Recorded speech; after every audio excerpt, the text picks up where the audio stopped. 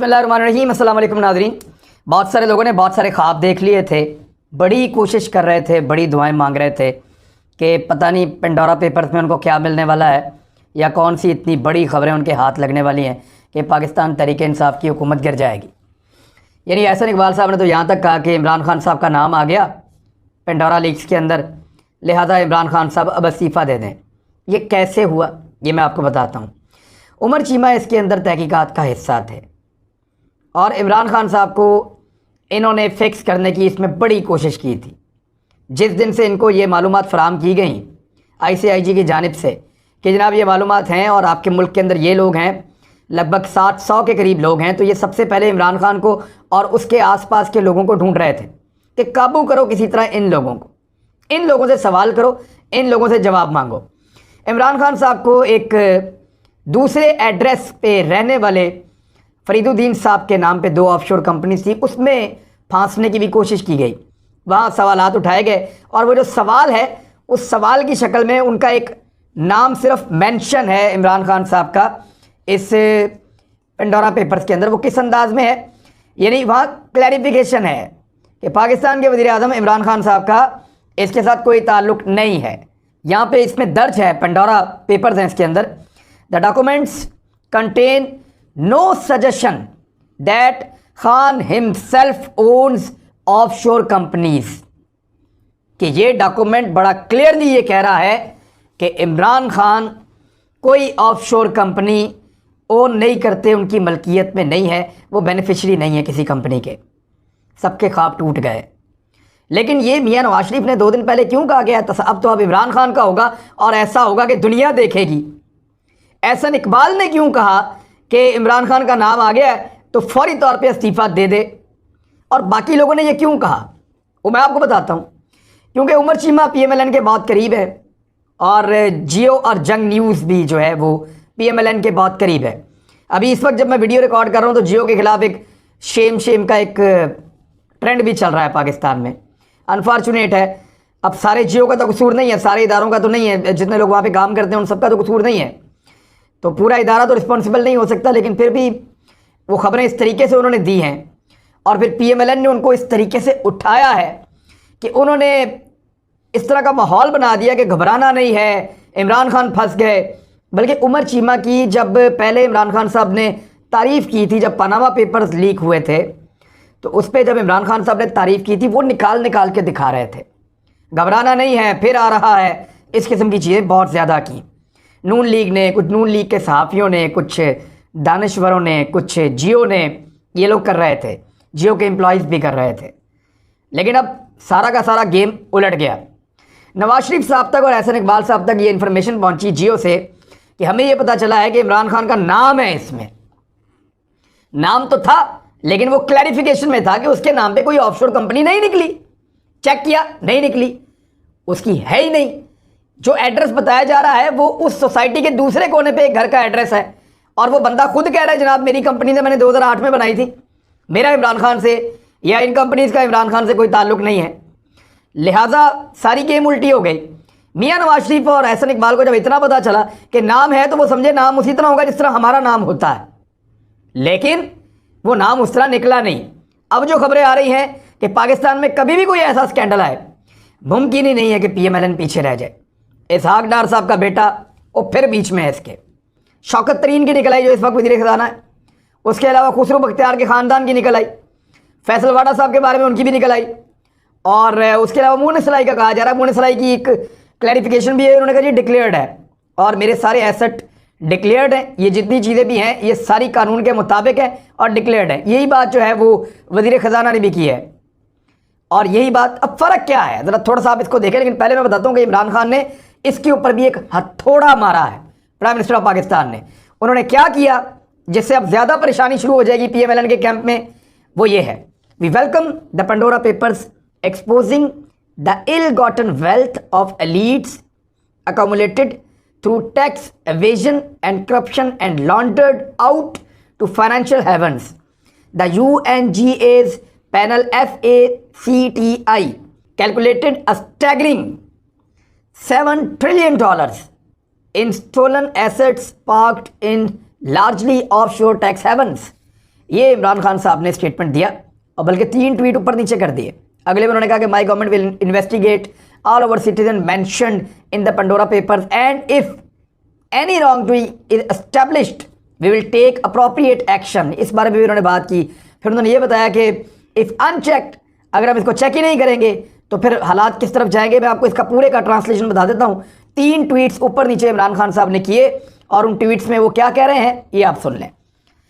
उनका ये कहना है कि हम पेंडोरा पेपर्स को खुशामदीद कहते हैं, जो अशराफिया की नाजायज़ दौलत को बेनकाब करते हैं, जो टैक्स चोरी और बदनवानी के ज़रिए जमा होती है, यानी वो दौलत जो टैक्स चोरी से और बदनवानी से जमा होती है और ऐसी जगहों पे पहुंच जाती है जो टैक्स हेवन्स हैं।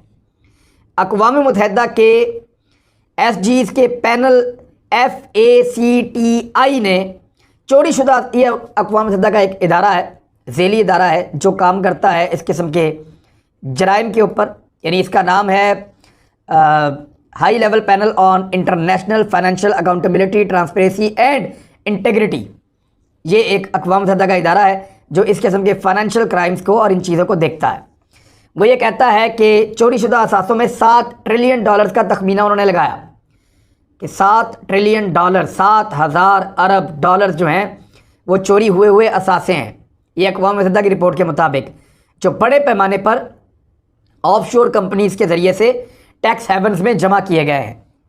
फिर उन्होंने कहा मेरी हुकूमत पंडोरा पेपर्स में तमाम शहरी जो शामिल हैं इसके अंदर जिनके नाम हैं उनकी तफ्तीश करेगी और अगर कोई गलत और गैर कानूनी साबित हुआ तो हम मुनासिब कानूनी कार्रवाई करेंगे। मैं आलमी बरादरी से मुतालबा करता हूँ कि वो इस संगीन नाइंसाफ़ी को ऐसे ही लें जैसे वो माहौलियाती तब्दीली को लेते हैं या जैसे वो मौसमियाती तब्दीली या क्लाइमेट चेंज के इशू को लेते हैं। बिल्कुल इसी तरह इस जुल्म को भी बिल्कुल उसी तरह लें। आलमी बरादरी से अपील। फिर उन्होंने कहा कि अगर इसको ऐसे ही अनचेक्ड छोड़ दिया, इसके ऊपर कोई एक्शन ना लिया तो अमीर और गरीब रियासतों के दरमियान अदम मसावात में इजाफा हो जाएगा और गुर्बत में इजाफा होगा। इसके नतीजे में गरीब जो रियासतें हैं वहाँ से अमीर रियासतों की जानिब बहुत बड़ी माशी नकल मकानी का सैलाब आएगा, यानी गरीब मुल्कों से मज़ीद लोग अमीर मुल्कों की तरफ जाएंगे और पैसा भी वहाँ को जाएगा, जिससे दुनिया भर में मज़ीद माशी और समाजी अदम इस्तेहकाम पैदा होगा जो एक बहुत बड़ा जुल्म होगा।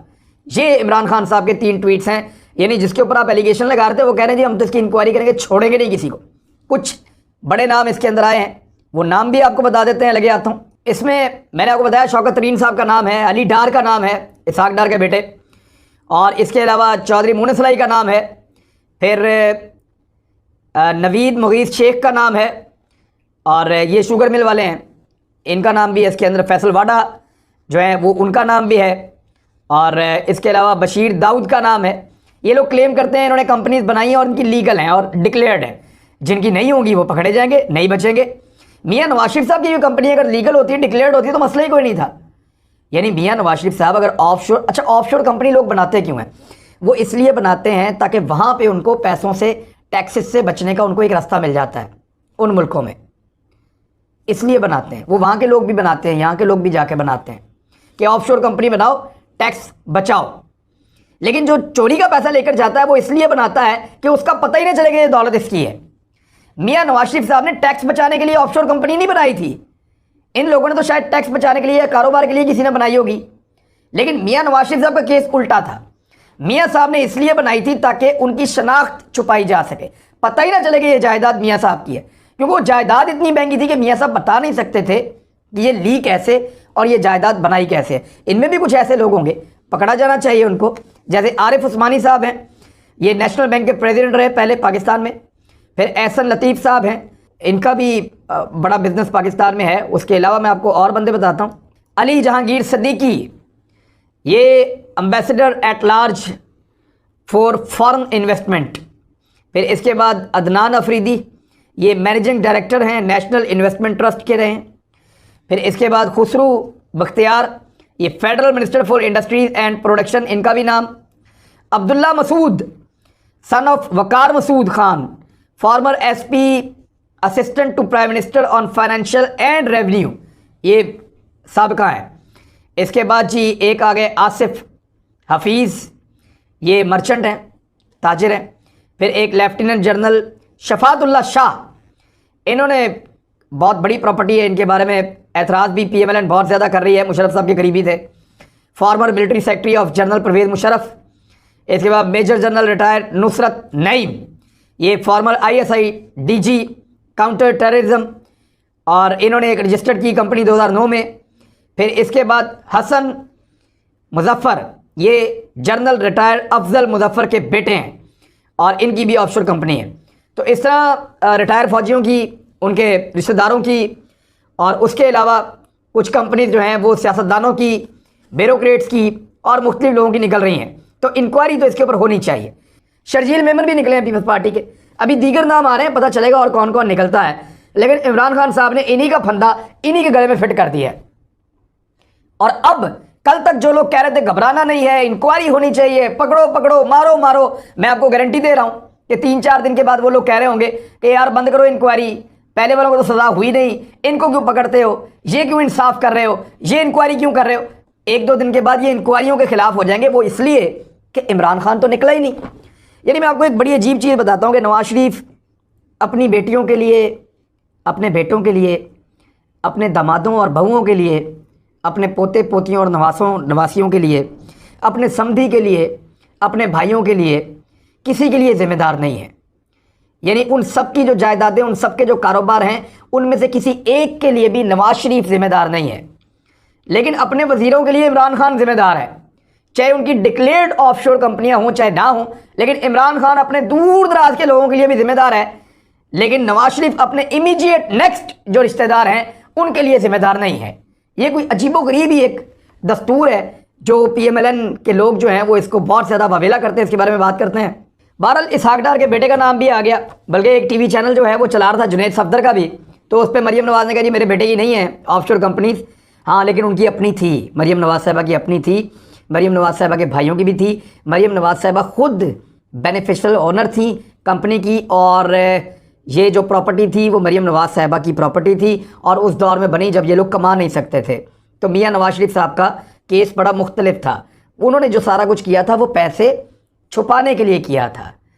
बहरहाल नॉर्मली लोग जो इस्तेमाल करते हैं इसको, वो टैक्स बचाने के लिए करते हैं।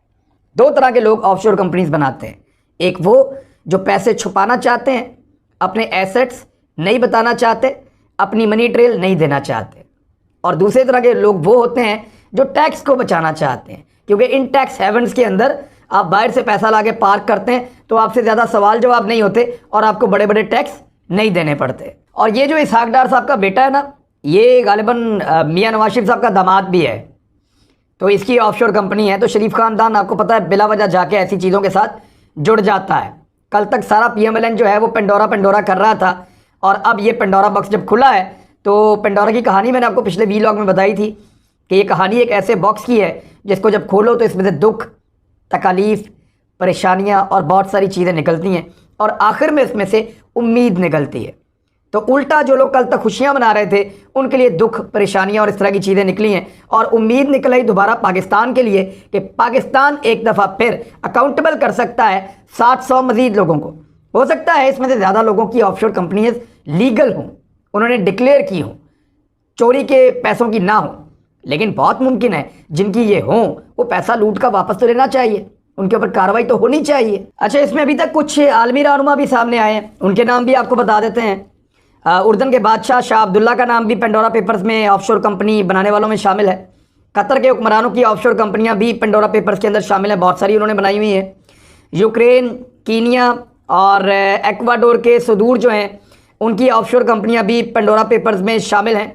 चेक रिपब्लिक और लबनान के जो वज़ीर आज़म हैं उनकी ऑफशोर कंपनियां भी निकल आई हैं। उसके अलावा साबिक बरतानवी वज़ीर आज़म टॉनी ब्लेयर के नाम पे भी ऑफशोर कंपनी पेंडोरा पेपर्स के अंदर शामिल है, जबकि अभी कुछ बता रहे थे लोग कि शायद सचिन तेंदुलकर के नाम के ऊपर भी कोई ऑफशोर कंपनी मौजूद है। तो दुनिया भर की ऑफशोर कंपनीज हैं, उनके पोल खुल रहे हैं और ये खुलते चले जाएंगे, ये चीज़ें छुपेंगी नहीं। दुनिया डिजिटलाइज हो रही है, बहुत करीब आती चली जा रही है। जिन लोगों ने जहाँ जहाँ पैसा छुपाया हुआ है वो ज़्यादा देर तक उसको छुपा नहीं पाएंगे, ये चीज़ें खुलेंगी। इसीलिए प्राइम मिनिस्टर ऑफ पाकिस्तान पूरी दुनिया से बार बार कहते हैं कि गरीबों का पैसा गरीबों को वापस करो। जो गरीबों का पैसा अमीर मुल्कों में जा रहा है, इस इर्तिकाज को रोका जाए। ये पैसा अमीर मुल्कों को अमीर करता है, गरीबों को मजीद गरीब करता है। लिहाजा ये पैसा गरीब मुल्कों को वापस दिया जाए और जो लोग लूट कर लेकर गए हैं उनको इबरत का निशान बनाया जाए। इसी से दुनिया सुखी हो सकती है, इसी से दुनिया के अंदर डिवाइड का खात्मा हो सकता है, और इसी चीज़ से आप जंगों से भी अवॉइड कर सकते हैं, इंसानियत की भलाई कर सकते हैं। अब तक के लिए इतना ही, अपना ख्याल रखिएगा, अपने इस चैनल का भी। अल्लाह हाफ़िज़।